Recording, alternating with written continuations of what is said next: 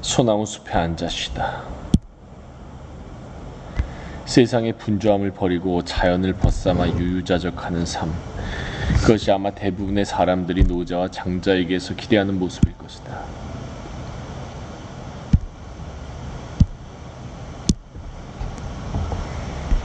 그러나 이런 식으로 이해된 자연은 실제로 존재하는 자연이 아니라 상상 속에서만 존재하는 자연일 뿐이다. 온갖 짐승과 해충들이 출몰해 인간의 삶을 위협하는 곳이 바로 자연이 아닌가.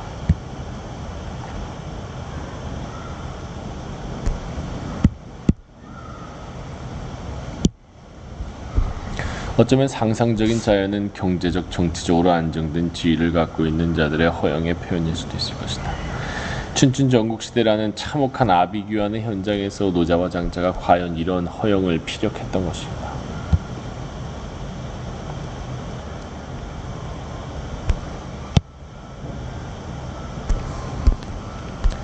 철학과 철학자의 숙명.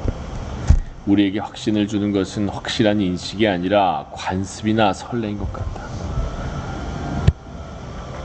관습이나 설레. 그러나 좀처럼 발견하기 어려운 진리.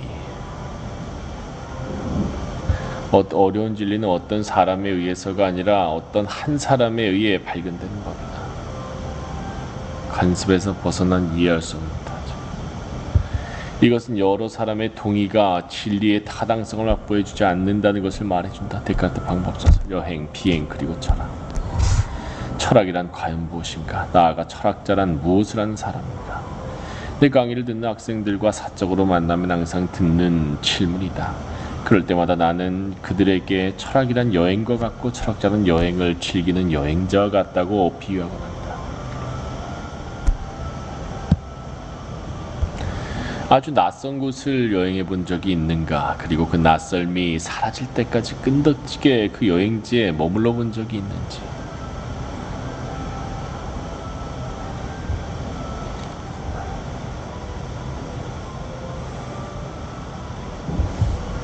여행지가 더 이상 나에게 낯설지 않게 될 때 우리는 놀라운 경험을 하게 된다. 우리가 떠나왔던 바로 그것이 오히려 낯설어지기 때문이다. 그렇다면 이제 우리의 여행은 거의 끝나가고 있다고 말할 수 있다. 우리 자신이 떠나왔던 그것으로 다시 되돌아갈 시간이 된 것이다. 그러나 이렇게 되돌아올 때 우리는 이미 자신의 삶과 터전을 낯선 무엇으로 성찰해 볼 수 있는 시선을 가질 수 있다. 이 시선을 갖는 거, 이게 중요한 거. 낯선 무엇으로 성찰한다는 것은 바로 기존의 의미에 의해 일반화 특수화된 무엇을 단독적으로 보편적으로 볼 수 있겠다. 이것이 바로 모든 여행이 지닌 참다운 가치라고 말할 수 있을 것이다. 철학은 분명 이런 여행을 닮아있다. 그 안에는 외부로 나가려는 운동, 그리고 다시 그 외부로부터 내부로 들어오려는 운동이 동시에 진행되고 있기 때문이다. 이런 점에서 나는 철학을 다음과 같이 정의하고 싶다. 철학은 현실을 비판적으로 성찰할 수 있는 낯섦과 차이를 제공하는 학문이라고. 바로 이러한 이유 때문에 우리는 철학을 필요로 한다. 철학은 현실을 맹목적으로 수용하는 친숙한 생각을 문제 삼으며 항상 새롭게 그리고 제대로 바라볼 수 있도록 우리의 시선을 바꿔놓기 때문이다. 단 한 번뿐인 자신의 삶을 지혜롭게 살기 위해서라면 누구든 자신의 삶을 비판적으로 음미할 수 있어야 할 것이다. 단 한 번뿐인 자신의 삶을.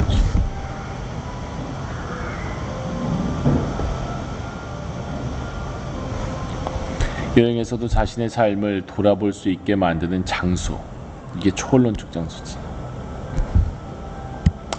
자신의 삶을 돌아볼 수 있게 만드는 장소. 이건 적극적으로 존재하는 건 아니야.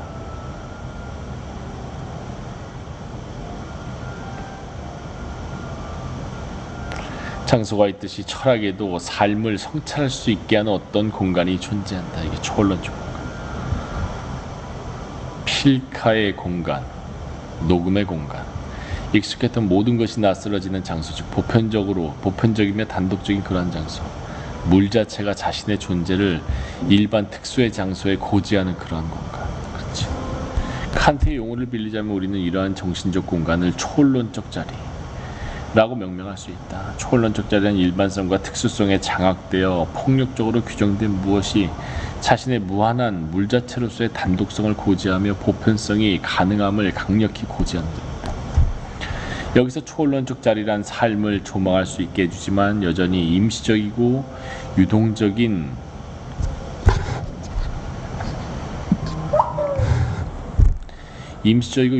성격을 갖는 정신적 지평을 가리킨다.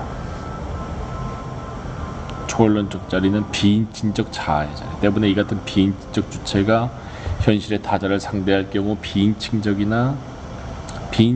채로 현실성을 갖는 것이 아니라 해체된 인칭성을 임시적으로 구성해야 한다. 이때 비인칭적 자아가 현실의 타자와 상대하게 될 때 입게 되는 임시적 유동적인 인칭적 자아가 등장하는 것이다. 임시적 유동적.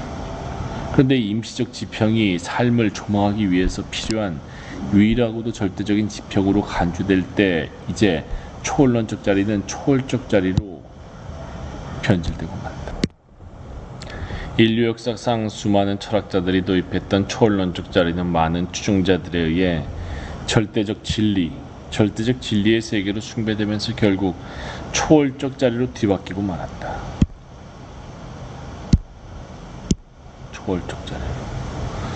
초월론적 자리와 초월적 자리의 구분은 탁월하다. 언뜻 비슷해 보이는 두 자리는 실상 정반대의 자리다. 초월론적 자리는 바로 타자성을 환대하는 자리로서 일반 특수의 코드 즉 기존의 의미 체계에 의해 억압된 단독성이 노출되는 일종의 필카의 자리이자 활동으로서의 공을 체험하는 자리이다. 반면 초월적 자리란 일반 특수의 코드인 기존의 의미 체계에서 가장 편집증적 포섭력이 막강한 최고 권력입니다.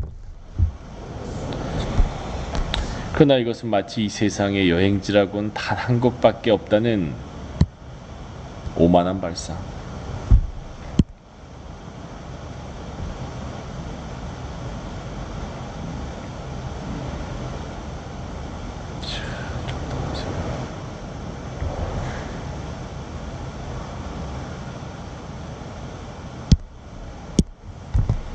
어쩌면 병적이기까지 한 발상에 지나지 않는 것이다. 초월론적 자리가 절대화된 대표적인 예로 우리는 노자의 도, 플라톤의 이데아 혹은 종교에서 말하는 신을 떠올려 볼 수 있다.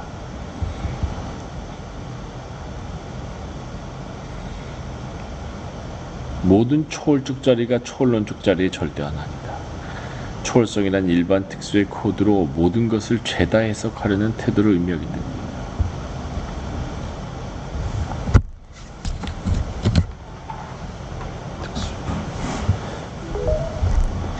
때문에 새로 등장하는 타자성마저도 초월적 태도에선 기존의 의미체계로 포섭된다. 초월성이란 기존의 의미체계의 폭력적 장악력이 최고조에 달한 상태다.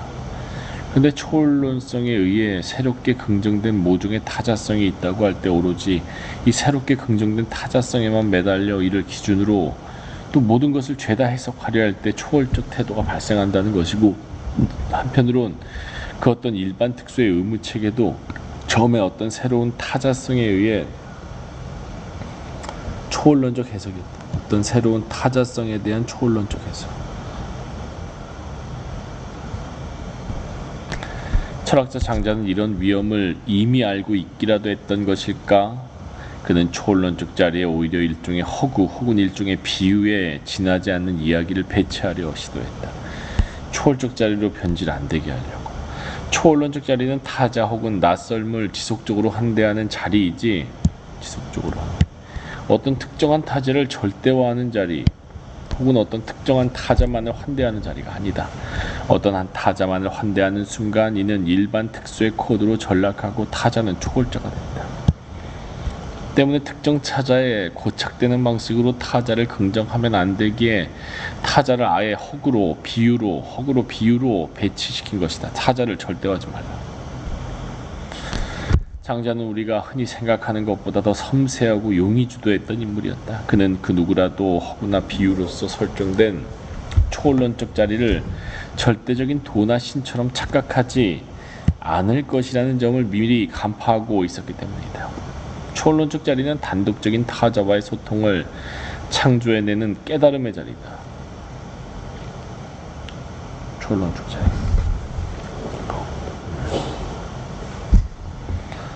소통을 창조. 때문에 이는 절대해야 될 위험이 도사리고 있다.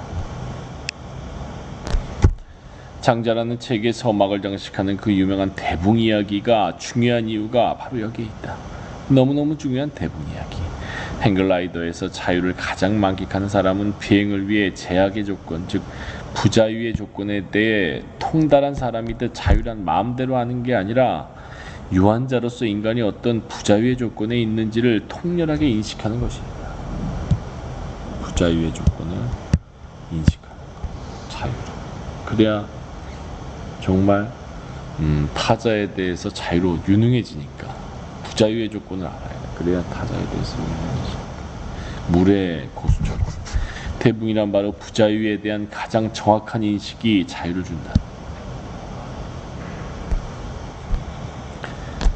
자신의 부자유의 조건을 모두 대면하고 타자와 단독적으로 마주치면 새로운 소통이 창조될 수 있다. 다만 이런 소통 창조를 거듭하려 해야지 하나의 창조를 절대화하려 해서는 안 된다. 북쪽 바다에 물고기 한 마리가 있었는데 그 물고기의 이름은 곤이다.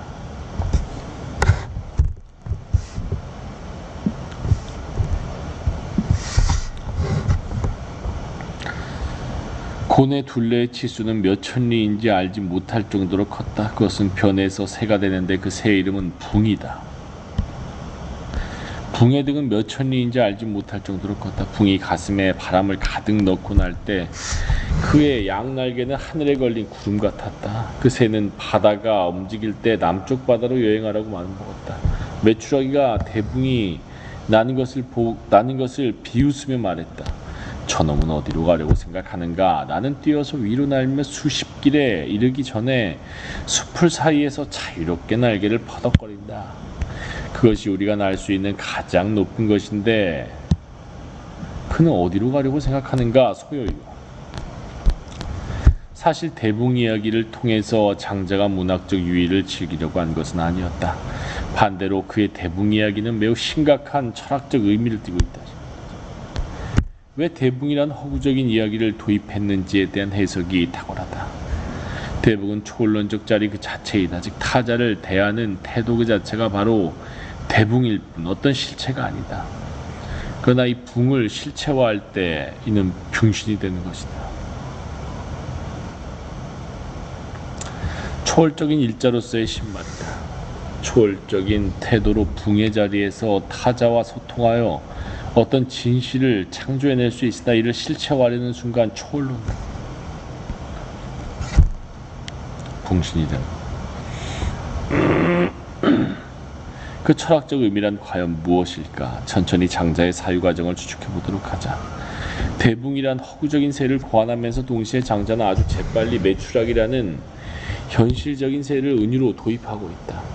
대붕이란 바로 초월론적 자리다. 때문에 이 자리는 타자들을 지속적으로 환대하는 자리이지 특정 타자만을 환대하는 자리가 아니다.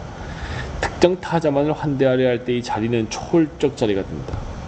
때문에 장자는 특정 타자에 대한 실체화를 사전에 타단하려고 붕이란 허구를 도입한 것이다. 붕을 신으로 절대화하면 붕신이라고.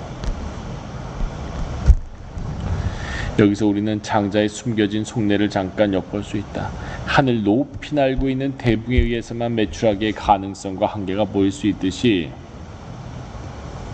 하늘 높이 날고 있는 대붕, 초론적 자리지. 대붕의 자리는 초론적. 대붕은 부자유의 조건들을 다 보는 자리. 타자가 환대다. 그러니까 습관이나 관습에 의해서 배경으로 밀려나서 너무나 당연하다고 우리가 생각했던 것들이 당연한 게 아니라는 그게 이제 그것을 드러내는 자리가 바로 대붕의 자리지.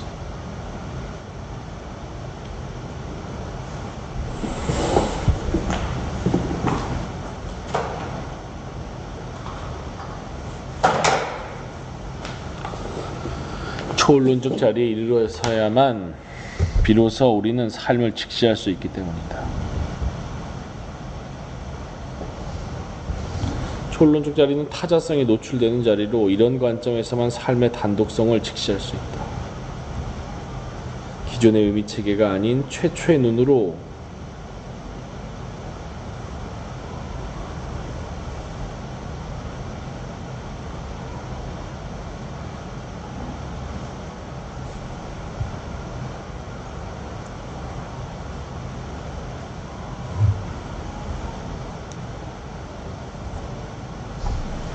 내 삶의 타자성을 한데 단독적으로 판단할 때 그 삶은 보편성을 갖게 된다. 기존의 의미 체계가 아니라 최초의 눈으로 내 삶의 타자성을 한데 단독적으로 판단할 때 그 삶은 보편성. 단독적인 자만이 타자와 진정으로 소통할 수 있고 이것이 가장 올바른 공존의 방식을 창조하게 된다. 우리는 초론적 자리에 이르러야만 비로소 우리 삶을 직시할 수 있기 때문이다. 그런데 우리가 주목해 보아야 할 것은 사실 대붕 자체라기보다는 대붕과 메추라기 사이의 거리라고 말할 수 있다. 어떤 것을 제대로 보기 위해서 우리는 그것과 일정 정도의 거리를 유지해야만 하는 법이다. 초론적 자리란 기존의 편견으로부터 자유로운 단독성, 보편성의 자리로서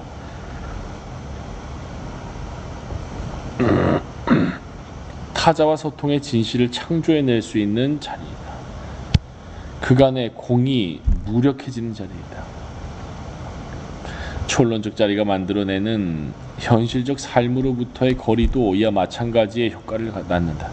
다시 말해 세계를 비판적으로 성찰하기 위해서 그리고 세계를 낯설게 볼 수 있기 위해서 우리는 현실로부터 비약하여 대붕으로 상징되는 초론적 자리에 서 있어야만 한다는 것이다. 낯설게 보기란 바로 성심에 해당하는 일반 특수의 회로에서 벗어나 초론적 공간인 보편 단독의 관점에서 즉 너의 세계를 계시의 애니미즘적 범신론의 관점에서 타자와 마주쳤어.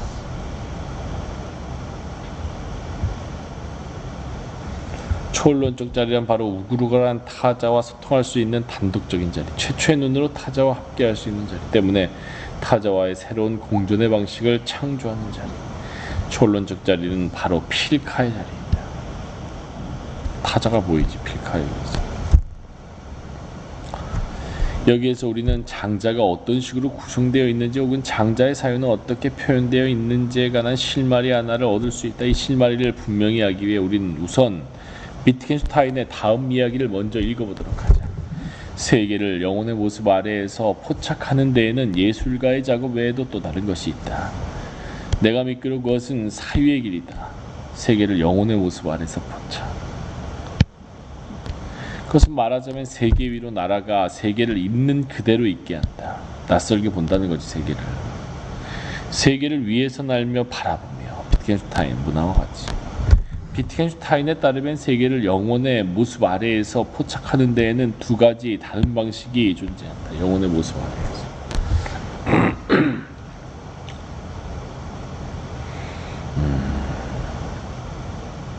하나가 예술가의 작업이라면 다른 하나는 사유의 길, 다시 말해 철학자의 작업이다.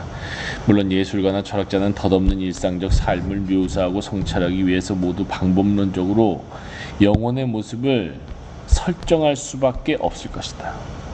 일상적 삶 속에 매몰되어서는 그 삶을 조망할 수 있는 충분한 거리를 확보할 수 없기 때문이다. 낯설게 보이는 데까지 밀고 나가야 되는 거지. 물론 삶에 대한 거리가 조망의 폭을 확보해 주긴 한다. 그러나 단지 거리만으로 초론적 장소를 보장하지는 않는다. 기존의 일반 특수의 의미망에서 거리를 두어야 할 뿐 아니라 타자를 환대하는 단독성의 태도, 즉 최초의 눈을 가능케 하는 창조의 의지가 있어야 필카의 자리를 확보할 수 있으죠. 초론적 자리는 바로 그간 음파되었던 진실이 모두 폭로되는 필카의 자리에 다름 아니다. 여기서 단독 보편의 의미망이 창조된다. 하지만 필요 조건일 뿐, 충분 조건. 아마 비트겐슈타인은 자신이 예술의 입장이 아닌 사유의 입장에서 세계를 조망하고 있다고 생각했던 것 같다. 그러나 아이러니한 점은 사유의 길, 즉 철학의 길을 묘사하면서도 비트겐슈타인이 여전히 문학적 표현에 의존하지 않을 수 없었다는 점이다. 세계를 위에서 알며 바라보며 사유의 길을 묘사하기 위해서 비트겐슈타인이 또다시 문학이란 예술의 길을 걷지 않을 수 없었다는 것은 매우 시사적이다. 장자에게 문학이란 초월론적 자리가 초월적 자리가 되지 않도록 하는 타자에 대한 환대가 단독성이 아닌 특정 타자에 대한 특권화로 이어지는 초월성이 되지 않도록 하기 위해 필요한 수단이었다. 그렇다면 비트겐슈타인에게도 예술은 초월화로 빠지지 않기 위한 장치인가? 그것은 사유의 길과 문학의 길이 정상에서 만나는 여러 가지의 등산로일 수 있다는 점을 보여주기 때문이다. 그렇다면 비트겐슈타인의 생각처럼 예술과 사유의 길이 본성적으로 차이나는 두 가지 종류의 길이라고 안주할 필요는 없을 것이다. 예술과 사유. 오히려 두 가지 길은 초월론적 자리를 설정할 수 있다는 점에서 마찬가지의 의미를 갖는 것이 아닐까? 초월론적 자리란 필카의 자리, 기존의 조리를 해체시키는 부조리의 자리. 결국엔 타자의 단독적 의미를 수용하는 자리다. 이 점에서 볼 때 장자의 전략에는 보다 더 심오한 측면이 있다. 처음부터 장자는 대붕이라는 문학적 메타포를 영혼의 모습, 즉 초월론적 자리에 설정하고 있었다.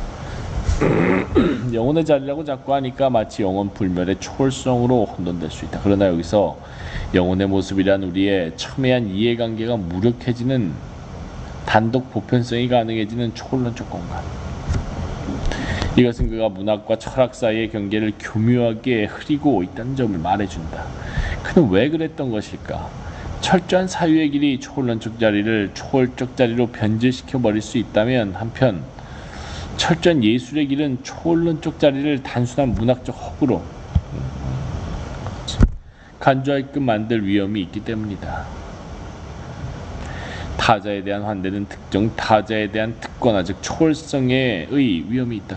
그런데 지나친 사유는 무한한 알무로 유한한 삶을 재단하는 것엔 특히 위험이 있듯이, 즉 초월화의 위험이 있다는 것이다. 때문에 이런 사유의 위험에 대처하기 위해 특정 타자의 특권화를 방지하기 위해 안전장치로 제시된 것이 바로 예술이다. 타자들에 대한 환대를 긍정해야지 특권화된 특정 타자가 헛구임을 경고하는 것이 바로 예술의 임무란 것인가? 때문에 타자 일반에 대해서는 진지하더라도 특권화될 우려가 있는 특정 타자에 대해서는 문학적 비유로 언급할 수밖에 없다. 이런 이유로 장자는 매우 지혜로운 방식, 즉 문학과 철학이 교차되는 전략을 선택했던 것이다. 대붕을 도입함으로써 그는 초월론적 자리가 초월적 자리로 오해되는 것을 막았다. 실체화되는 걸 막았지. 초월론적 자리는 항상 네거티브하게 소극적으로만 등장하는 거야. 적극적으로 나타낼 수 없어. 초월론적 자리. 동시에 초월론적 자리가 단순한 문학적 허구로 오해되는 것을 피하기 위해서 그는 다시 메추라기라는 새로운 메타포를 도입한다. 대붕을 메추라기와 대조함으로써 혹은 대붕과 메추라기 사이의 차이를 설정함으로써 장자는 대붕이 상징하는 초월론적 자리가 삶을 내려다보게 해주는 중요한 철학적 지평임을 밝혔던 것이다. 대붕을 상징하는 초월론적 자리. 초월론적 자리는 일종의 범신론적 에미니미즘이나 주술적 토템의 종교적 형식일 수 있고, 초월론적 자리.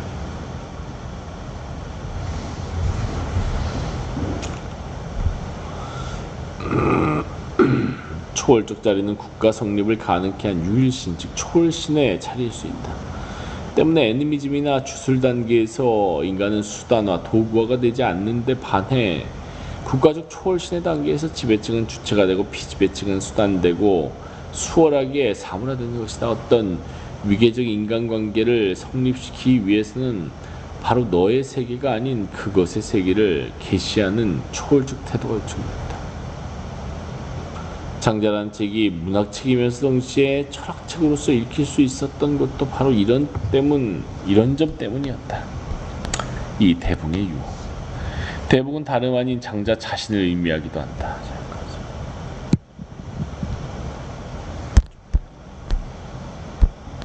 31조 15